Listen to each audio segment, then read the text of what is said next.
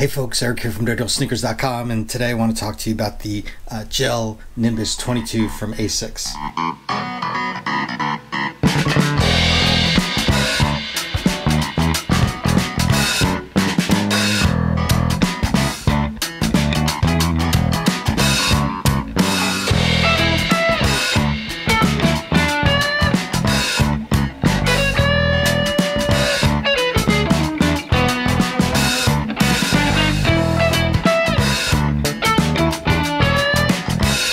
So full transparency, ASICS did send me these to try out and to run in, but I'm not getting compensated for this review, so any opinions that you're hearing are mine alone. And if you are looking for this shoe, I did put a link in the description below so you can get a pair for yourself. Just know that that is an Amazon affiliate account, so I will get a couple of shekels from each of the sales, but at no additional cost to you. If you follow my channel, you know that I've been a fan of ASICS for a long time, and the Gel Nimbus was the shoe that I chose to run the New York City Marathon in last year, the Chicago Marathon the year before, but that was the Gel Nimbus 20. The 21 wasn't so much my favorite.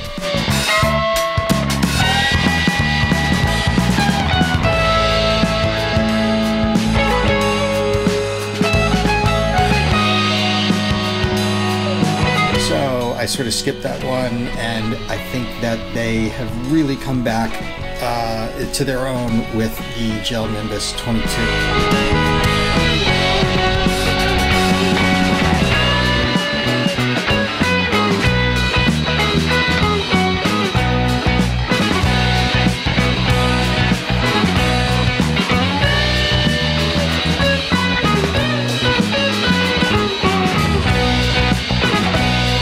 So let's get into what the shoe is all about. So first of all, the basics. It is a neutral shoe. The cost is around $150, and it has a 10mm drop from the forefoot to the heel.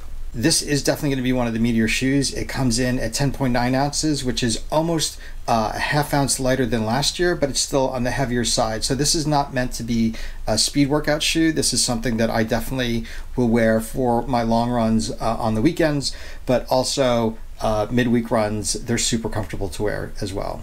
Now, the differences in this year to last year, I'm going to start from the top of the shoe and go down the bottom.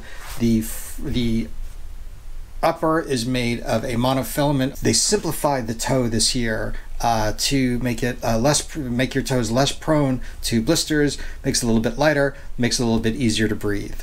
Now, the midsole is going to be ASICS proprietary Flight Foam, and so Flight Foam Propel, and then the Flight Foam Light. It's going to be really decently shock absorbing, but it's not going to give you that bouncy feel, and it's something that I've come to really like in my long runs. Look at that midsole. It's definitely meatier and thicker. They actually only added 2mm to the midsole, but it's going to give you that much more support when you're toeing down, and it's going to be super supportive but not mushy. You'll also see that they changed the gel configuration. The gel now goes all the way around the back of the heel. There's also a little bit of gel in the midfoot area, and that's just, again, to give you a little bit more shock absorption. Now, in the outsole, you can see that they took away the ASICS guidance line, and they put these much deeper grooves and more of them across. So there's going to be a lot more flex in this shoe than there has been last year. There's also still the ASICS Trussic system, which is this solid piece of plastic right in the middle of your foot that is going to add some real stability to it. Now, not